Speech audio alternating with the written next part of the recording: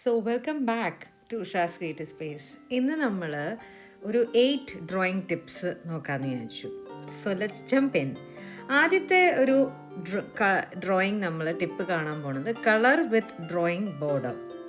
പിന്നെ നമ്മൾ നോക്കാൻ പോണത് ഡ്രോയിങ് സിമ്പിൾ നോസ്ട്രൽസ്. സത്യം പറഞ്ഞാൽ നമ്മൾ നോസ്ട്രൽസ് അല്ലെങ്കിൽ നോസ് വരയ്ക്കുമ്പോൾ നമ്മൾ സിമ്പിളായിട്ട് നമ്മൾ ഒരു വേറെ രീതിയിലല്ല, ഇത് ഇങ്ങനെ ആകുമ്പോൾ കുറേയും കൂടെ ഈസിയറാണ്, നല്ലതുമാണേനും.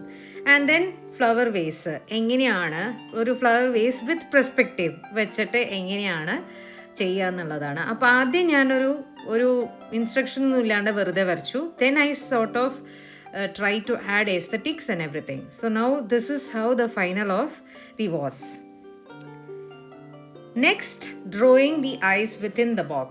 നമ്മൾ ആദ്യം ഒരു ഐസ് വരച്ചു, അത് അത്ര ശരിയായിട്ട് തോന്നിയില്ല. പിന്നെ നമ്മൾ ശരിക്കുള്ള ഐസ് വരയ്ക്കുമ്പോൾ നമ്മളൊരു ബോക്സിൽ ഐസ് വരച്ചിട്ട് എങ്ങനെയാണ് എന്നുള്ളതാണ്. അപ്പോൾ ഞാനതിന് ഷെയ്ഡിങ് ഒക്കെ കൊടുത്തു. ശരിക്കും നമ്മളൊരു സ്കിന്നിൻ്റെ ബാക്ക്ഗ്രൗണ്ടൊക്കെ കൊടുത്ത് നമ്മൾ ശരിക്കും അപ്പോൾ കണ്ണ് ശരിക്കും ആ ബോക്സിൽ തന്നെ നിൽക്കും. ശരിക്കും വരയ്ക്കുമ്പോൾ ഒക്കെ അനാട്ടമി വരയ്ക്കുമ്പോൾ അങ്ങനെയാണ്.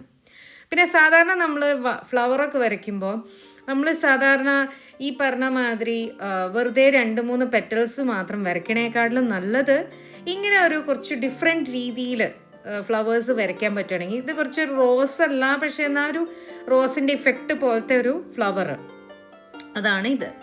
പിന്നെ നമ്മൾ പെർസ്പെക്റ്റീവ് റോഡ് സാധാരണ നമ്മൾ നേരെ വരയ്ക്കണതും പെർസ്പെക്റ്റീവ് രീതിയിൽ റോഡ് വരച്ചാലും ഉള്ള വ്യത്യാസമാണ് ഞാൻ കാണിച്ചു തന്നത്. അപ്പോൾ this is A perspective drawing of the road.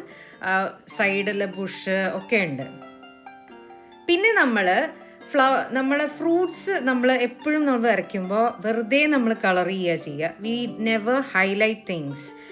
ഫ്രൂട്ട്സിനെയൊക്കെ highlight കൊടുത്താൽ ശരിക്കും നമുക്ക് ഫ്രൂട്ട്സ് ആണെന്ന് തോന്നും. അതാണ് ശരിക്കും ഇത് ഞാനൊരു ബ്രഷ് യൂസ് ചെയ്തിട്ടാണ്, പ്രോക്രിയേറ്റിൽ തന്നെ ഒരു ബ്രഷ് ഉണ്ട്, ആ ബ്രഷ് വെച്ചിട്ടാണ് ഫുൾ ഞാൻ അത് കളർ ചെയ്തത്. പിന്നെ നമ്മൾ ബോർഡേഴ്സ് സാധാരണ നമ്മൾ ലൈൻസ് വരച്ചിട്ട് പിന്നെ നമ്മൾ സിഗ്സാഗ് പോലെയൊക്കെ വരയ്ക്കും. പക്ഷേ ഈ സിഗ്സാഗൊക്കെ നമ്മൾ ലൈൻസിൽ വരച്ചു കഴിഞ്ഞാൽ അത് പെർഫെക്റ്റ് ആയിട്ട് നമുക്ക് ബോർഡേഴ്സ് കിട്ടും. നമ്മൾ ബോർഡറൊക്കെ എന്തിനും വേണമെങ്കിലും വരയ്ക്കാം നമുക്ക് ബോർഡേഴ്സ്. അപ്പോൾ നമുക്കതൊരു ലൈനിലാണെങ്കിൽ എളുപ്പമാണ്, നല്ല ലുക്കാണേനും ഈസിയാണ്. അത് ശരിക്കും പറയാൻ വെച്ചാൽ വരച്ചെടുക്കാനും അതേ ഈസിയാണ്. നമുക്ക് എന്ത് ഡിസൈനും വേണമെങ്കിൽ ആ ലൈൻസിൻ്റെ ഇടയിൽ നമുക്ക് കൊണ്ടുവരാം. അപ്പം 1 by 1 ഫസ്റ്റ് ടിപ്പ് എന്ന് പറയുന്നത് ഡ്രോയിങ് വിത്ത് ബോർഡർ വെച്ചിട്ട് നമ്മൾ കളർ ചെയ്യുക. എപ്പോഴും കളർ ചെയ്യുമ്പോൾ അങ്ങനെ വരുമല്ലോ. പിന്നെ നോസ്ട്രൽസ്, സിമ്പിളായിട്ടുള്ള നോസ്ട്രൽസ് ഇങ്ങനെ ട്രൈ ഔട്ട് ചെയ്ത് നോക്കും. ഇതൊരു നല്ല ടിപ്പാണ്. പിന്നെ ഫ്ലവർ വേസ് വിത്ത് എസ്തറ്റിക്സ് ആവുമ്പോൾ എങ്ങനെയാണ് പെർസ്പെക്റ്റീവിൽ. Then eyes in a box വരയ്ക്കാം, അതും വരച്ചു നോക്കുക. Then flowers in a different രീതിയിൽ ഫ്ലവേഴ്സ് വരയ്ക്കുക. പിന്നെ പെർസ്പെക്റ്റീവ് യൂസ് ചെയ്ത് റോഡ് വരയ്ക്കുക. ഓക്കെ.